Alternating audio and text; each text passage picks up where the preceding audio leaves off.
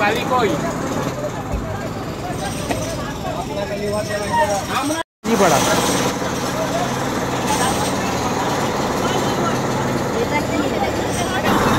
একদম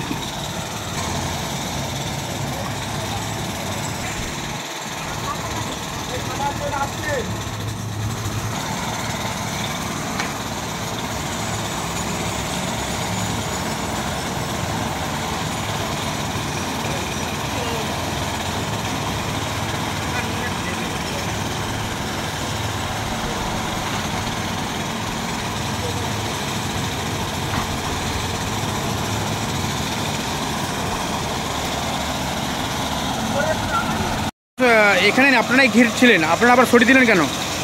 যাতে জনসাধারণের না অসুবিধা হয়, এই জায়গাটা আমাদেরই।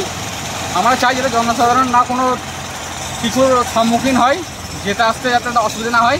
আমার এই জায়গা ভেঙে দিক, আমাদের কোনো আপত্তি নাই, কিন্তু জনসাধারণ না অসুবিধা তার জন্য আমরা রাস্তাটা খালি করে দিচ্ছি। ঘিরেছিলেন কেন? ঘিরেছিলাম তো আগের বছর ঘিরে ফেলেছিলাম, এখন খালি করে দিচ্ছেন? এখন আমরা ক্লিয়ার করি জনসাধারণকে যাতে অসুবিধা না হয় তার জন্য। কি নাম আপনার? আমার নাম কাজী রাকেশ। আপনাদের বাড়ি ভাঙা? আমার বাড়ি ভাঙা আছে, আমার বাবার নাম কাজী আছে। রাস্তা আমি ক্লিয়ার করে দেবো, আজকে নাহলে আমি ছাড়বো না।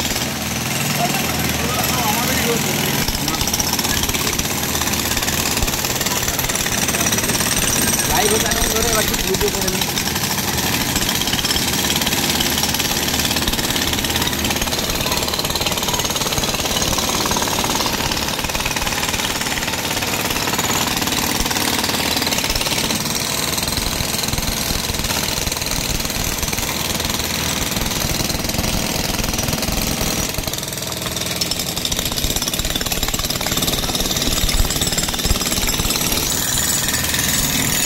রাস্তা ঘিরে দেওয়া হয়েছে কেন জানেন? রাস্তা ঘিরে দিয়েছে, ওদের পার্সোনাল জায়গা ওদের ভেঙে দিচ্ছে, সরকার নিয়ে নিচ্ছে। তাহলে এদের পার্সোনাল জায়গাটা এরা ঘিরে দিয়েছে।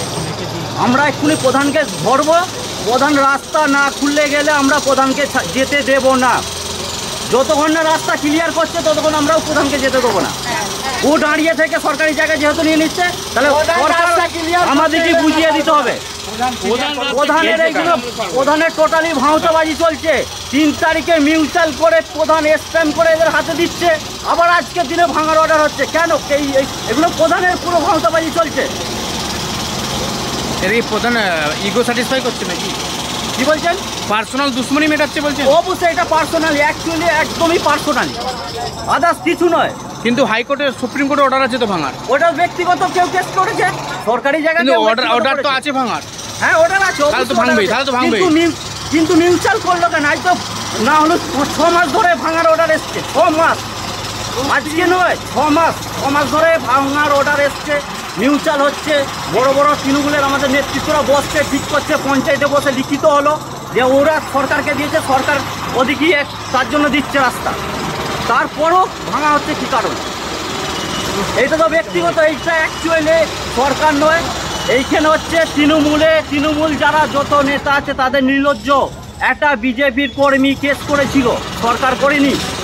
বিজেপির নেতা একটা কেস করেছিল, তাকে তৃণমূলের লোকেরা মানে তৃণমূলের নেতারা সাথ দিয়ে আজকে এই জায়গাটা ভাঙা হলো। এই যে রাস্তাটা ঘিরে দিয়েছে, এই রাস্তাটা কার রাস্তা? এটা রাস্তা পার্সোনালি আসিফ কাজীর রাস্তা, তাই ঘিরে দিয়েছে। আপনারা কি চাইছেন? আমরা চাইছি প্রধান আছে, প্রধান থেকে ভাঙাচ্ছে, প্রধান আমাদের রাস্তাটা করিয়ে দেবে। কোনটা দিয়ে করবে? প্রধান করিয়ে দেবে রাস্তা, আমাদেরকে প্রধান বুঝিয়ে দেবে। আপনার নাম? শ্যামসুন্দর মালিক, লোকাল লোক। আজকে আপনাদের বাড়ি ভাঙা চলছে, কি বলবেন? মলাইপুর 2 নম্বর পঞ্চায়েত থেকে আরেফা বেগম যে প্রধান, সে আমাদের ঘরে 2 লক্ষ টাকা নিয়েছে ঘরটা না ভাঙার জন্য। এটা কি ঠিক করেছে? কিন্তু ঘরটা ভাঙা হচ্ছে, এটা কেন হচ্ছে? আমরা মানে না খেয়ে না দিয়ে ঘরটা করেছি, বানিয়েছি, ঘরটা খুবই কষ্ট করে করেছি দিদি। আপনি দেখুন 100 বছর পুরাতন ঘর ছিল, ওইটা সরকারকে আমরা যেহেতু জায়গাটা দিয়েছিলাম 20 বছর যাতায়াত করছে লোক, মানে পাড়ার লোকেরা আত্মীয় স্বজনা সবাই ওই রাস্তাটা দিয়ে যাতায়াত করছে। কিন্তু ঘরটা তো সরকারি জায়গায়, সরকারি জায়গায় হলেও কিন্তু আমরা তো সরকারকে জায়গাটা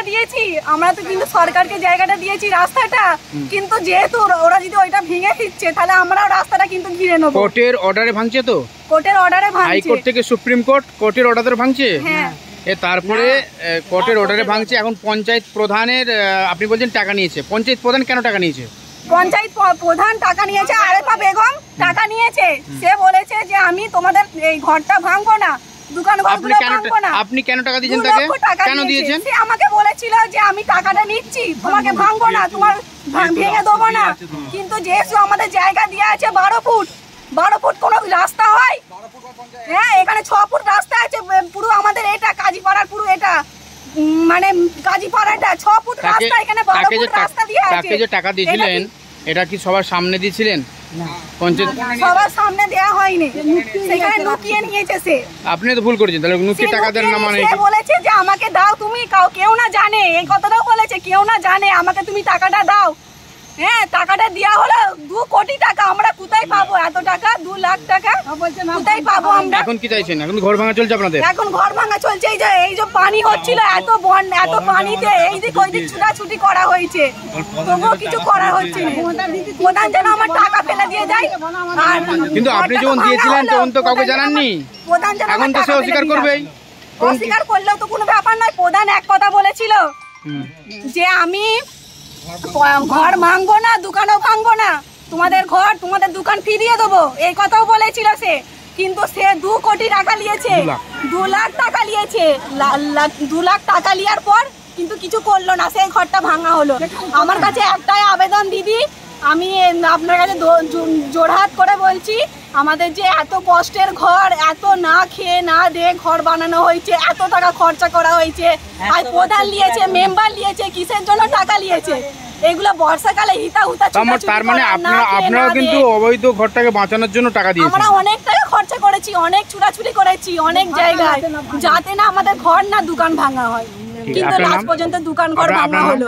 আমাদের একটাই আরেফা বেগম যেমন পয়সা নিয়েছে, আমাদের পয়সা ফিরিয়ে দিক। আর আমাদের জায়গাটা, রাস্তার যে 12 ফুট জায়গাটা আছে, ওই জায়গাটা আমরা ঘিরে নেবো। সরকার যেহেতু আমাদের এখানটা ভেঙে দিয়েছে, আমরা এটা মানছি, কিন্তু আমাদের সরকারকে রাস্তাটা দেবো কেন? ভাঙা হয়েছে সেটা আপনাদেরই? হ্যাঁ, ওখানটা পুরো আমাদেরই, পুরো জায়গাটা আমাদের নিজস্ব জায়গা। আমার আব্বার নাম কাজী আসিফ। আচ্ছা, আপনার নাম? আমার নাম হাবিবা খাতুন। ঠিক আছে। আপনার নামে অভিযোগ করছে যে আসিফ কাজীর ফ্যামিলির লোক যে প্রধান না ভাঙার জন্য 2 লক্ষ টাকা আমাদের কাছে নিয়েছিল, তারপরেও আমাদের ভেঙে দিয়েছে। কি বলবেন আপনি? আপনার বিরুদ্ধে অভিযোগ। এটা সম্পূর্ণ মিথ্যে কথা। অনেকে অনেক কিছু বলবে, কিন্তু এগুলো সব একদম মিথ্যে কথা। এই অপপ্রচারগুলো এমনি ছড়াচ্ছে, অনেকে অনেক কিছু বলবে। আপনি তো আপোষেও বসছিলেন? আপনাকে আগেই বলেছিলাম যে আপোষে বসেছিলাম, কিন্তু সে সমস্যা মিটেনি। টাকা নিয়েছিলেন? না, ওটা সম্পূর্ণ মিথ্যে কথা। আপনার বিরুদ্ধে মিথ্যা অভিযোগ করছে? প্রমাণ দিই। আপনার বিরুদ্ধে মিথ্যা অভিযোগ করছে আপনি বলছেন? হ্যাঁ, মিথ্যে অভিযোগ করছে। আপনার নাম? আমার নাম আরেফা বেগম। প্রধান? হ্যাঁ। কোন অঞ্চলে? মলয়পুর 2।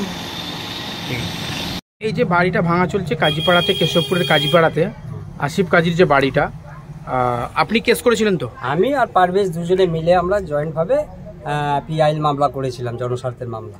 আজকে ভাঙা হচ্ছে? আজকে ভাঙা হচ্ছে। কি বিষয়টা ছিল, কেন কেস করেছিলেন? বা বিষয়টা বলতে গেলে কি, এই জায়গাটা সরকারি জায়গা। এবার আমরা যে এখানে বসবাস করি, আমাদের জনগণের জায়গা সকলেরই সংকীর্ণ হয়ে গেছে। কোনো অনুষ্ঠান হলে বা কেউ বাড়ি ঘর তৈরি করলে তার যে মাল মেটেরিয়ালস রাখার আমাদের জায়গা খুবই অভাব।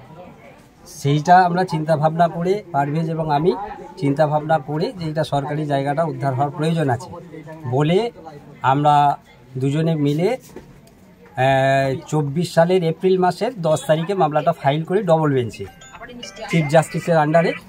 ওখানে করার পর ওই মামলাটা রায় হয়। ওই মামলাতে এসডিও সাহেবকে রায় দেওয়া হয় যে আপনি 12 সপ্তাহের মধ্যে এইটার ভেঙে ব্যবস্থা করে নেন। তো সেই রায় অনুযায়ী এসডিও সাহেব মাপজোক করিয়েছিলেন, করার পরে কিন্তু 12 সপ্তাহ পার হয়ে গেলে এসডিও সাহেব কিছু করেননি, যার ফলে আমরা গিয়ে এসডিও সাহেবের বিরুদ্ধে কন্টেম্প করি। কন্টেম্প করার পর ওরা তার মাঝখানে রিভিউ করে ডবল বেঞ্চে। রিভিউ করার পরে জজ ওইটাকে আবার পুনরায় ওই অর্ডারটাকে বহাল রেখে দেয়। বহাল রাখার পরে ওরা পুনরায় গিয়ে সিঙ্গেল বেঞ্চে অমৃতা সিনহা ম্যাডামের আন্ডারে একটা মামলা করে। এসডিও সাহেবের রায়টার উপরে চ্যালেঞ্জ করে গিয়ে ওরা মামলা করে। সেই মামলাতেও ওরা হেরেছে। সিঙ্গেল বেঞ্চ ফের আবার পুনরায় বলে যে 14 দিনের মধ্যে এটাকে ভেঙে নেওয়া হোক, কিন্তু সেই 14 দিন পার হয়ে যাওয়ার পরেও প্রধান সাহেবের উপরে অর্ডারটা হয়েছিল, প্রধান সাহেব তখনও পর্যন্ত কিছু করেননি। তারপরে আমরা আবার গিয়ে ফার্দার প্রধানের এগেনস্টে কন্টেম্প করি। কন্টেম্প করার পরে প্রধান গিয়ে জজকে মানে আমাদের ম্যাডামকে ওখানে বলেন যে আমি ফোর্স পাইনি বলে ভাঙতে পারিনি। তখন অমৃতা সিনহা ম্যাডাম কী করেন যে আইসি সাহেবকে ইনস্ট্রাকশান দেন এবং পঞ্চায়েতকে বলে দেয় যে আপনি যেদিন ডেট করবেন আইসি সাহেব তার ফোর্স দিয়ে আপনাকে ওইটা ভাঙতে সাহায্য করে। তার মাঝখানে ওরা কি করেছে, এই রায়টাকে চ্যালেঞ্জ করে গিয়ে ওরা আবার সুপ্রিম কোর্টে মামলাটা করে। সুপ্রিম কোর্টে 21/8 আবার অর্ডার হয় হাইকোর্টে। হাইকোর্টের সিঙ্গেল বেঞ্চের যে অর্ডারটা 14 দিনের মধ্যে ভেঙে নিতে হবে, সেই অর্ডারটাই পুনর্বহাল থাকে। সেই অর্ডারের ভিত্তিতে আজকে ভাঙার কাজ চলছে এবং সেটা সম্পন্ন করা হয়। ওনারা যেটা বলছেন, অভিযোগটা করছেন যে আপনি তখন বিজেপি করতেন, আবার বিজেপি কর্মী একটা হিংসা করে, ব্যক্তিগতভাবে হিংসা করে কেস করেছিল। না, এখানে ব্যক্তিগত হিংসার তো কোনো ম্যাটার নেই। আপনি বিজেপি করতেন তাই তো? আমি একজন জনগণ, আমি পাবলিক। ব্যাপারটা হচ্ছে এখানে তো ব্যক্তি হিংসার কোনো ম্যাটার নেই, এখানে তো সম্পূর্ণটাই হচ্ছে কোর্টের নির্দেশে। আমি যদি মিথ্যা কাউরে করতাম তাহলে ওরাও তো তার জবাব দিয়েছেন, তাহলে সেইখানে তারা তো রায় করে আনতে পারতেন। আমি যে মিথ্যে নয় সেটা কোর্ট প্রমাণ করে দিয়েছে। কোর্টে সেই রায় আমার কাগজপত্র দেখে আমি যে সঠিক জায়গায় আছি সেটা প্রমাণ হয়ে গিয়ে অর্ডার করে দিয়েছে। পরবর্তীতে এই যে সামনে না আপনি যে কেস করলেন এখন আপনারই জয় হলো হিসাবে। হ্যাঁ, হিসাবে নিয়ে আমার জয়। আমার বিশ্বাস ছিল হাইকোর্ট এবং সুপ্রিম কোর্টের উপরে। অবৈধ নির্মাণ উচ্ছেদ হলো, এটা অবৈধ নির্মাণ ছিল। এখন যেমন বর্তমানে ওরা এই যে সামনে যে একটা রাস্তা দেখতে পাচ্ছেন, ওইটা পঞ্চায়েতের রেকর্ডেড ঢালাই রাস্তা। ওই রাস্তাটাকে ওরা ভাঙচুর করেছে এবং সেইটাকে ওরা জোর করে ইট পাথর দিয়ে ওটাকে আটকে দিয়েছে, ওরা সরিয়ে দিয়েছে এটা বললো। ওইটা আমি ঊর্ধ্বতন প্রশাসন কর্তৃপক্ষের কাছে আমি বলবো যাতে করে পঞ্চায়েতের রেকর্ডেড রাস্তাটা খুলে দেওয়া হয়, জনগণ যাতে ওইটা দিয়ে চলাফেরা করতে পারে। রাস্তা খুলে দিয়েছে, যাতে ওইখানটা দিয়ে রেখেছে ওইটা যাতে খুলে দেয়, আমি সেটা আবেদন করব। এবং ওরা যেটা একটা মিথ্যা অপপ্রচার করছে যে ওরা নাকি ওই যে জায়গাটা ভাঙা হচ্ছে ওই জায়গাটার পরিবর্তে সামনে ঢালাই করা রাস্তাটা জায়গা দিয়েছে, ওটা সম্পূর্ণ এবং অভিযোগ করছে যে প্রধান 2 লক্ষ টাকা নিয়েছিল না ভাঙার জন্য, এটা অভিযোগ করছে। ওটা অভিযোগ আমি বলতে পারবো না, ওরা কাকে টাকা দিয়েছে না দিয়েছে ওটা আমার ম্যাটার নয়, ওটা ঠিক করেছে সেটা ওরা বলতে পারবে। কিন্তু ওরা যে মিথ্যা অভিযোগটা করছে যে আমরা যেমন জায়গা দখল করেছি তার পরিবর্তে আমি সামনে ঢালাই রাস্তার জন্য জায়গা দিয়েছি, ওটার পরিবর্তে সামনে যে 10 ফুটের মতো জায়গাটা পার্সোনালি দিয়েছে সেই জায়গাটার এগেনস্টে কাজী আসিফ 15 শতক পাট্টা হিসাবে রেকর্ড করে দিয়েছে। তার অলরেডি খরচা আমাদের কাছে আছে, পাট্টা হিসাবে 15 শতক জায়গা নিয়ে নিয়েছে। সেটা এখন মিথ্যাভাবে বলছে যে আমি ওইটা আমি এমনি দিয়েছি, এমনি না, ওর পরিবর্তে 15 শতক জায়গা নিয়ে নিয়েছি, সেটা ওরা বলছে না। আপনার নাম? আমার নাম কাজী এনায়েত হোসেন। আজকে এই যে রাস্তা ভাঙা, বাড়ি ভাঙা চলছে, তারপর রাস্তা ঘিরে দেওয়া হয়েছে, এটা আপনাদের জায়গা? হ্যাঁ, আমারই ভাবনা হয়। এটা ঘটনাটা বহুদিন আগের, 35 বছর। তখনকার নেতৃত্ব মনে করেছিল যে ওর বাড়ির ভিতরে সামান্য কিছুটা সরকারি জায়গা এসে শেষ হয়ে যায়, যেটাকে অন্ধ রাস্তা বলা যায়, তারপর আর জনগণের যাওয়ার জায়গা নেই। তো তখনকার নেতৃত্ব জনগণের সুবিধার জন্য চিন্তাধারা নিয়েছিল এই আসিফ কাজীকে বলে, এইখানে তার আম গাছ তাল গাছ অনেক ছিল, তাকে বলে বুঝিয়ে এইটা কাটিয়ে পঞ্চায়েত এটাকে ঢালাই করে। বিনিময়ে এই জায়গাটার রাস্তা হচ্ছে 250, এই ঢালাই রাস্তার পরিমাণ 250। তার পরিবর্তে আসিফের ঘরের ভিতরে পড়েছে 1.34, সেই জায়গাটা আসিফ অ্যাকোয়ার করে। তো এই বিজেপির ছেলে একজন ব্যক্তি হিংসায় ওই ঘরের উপরে কেস করে।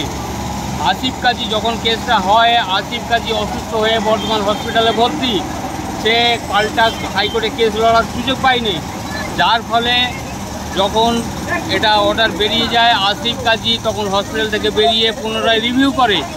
সেইটা নিয়ে সুপ্রিম কোর্ট পর্যন্ত গেছে।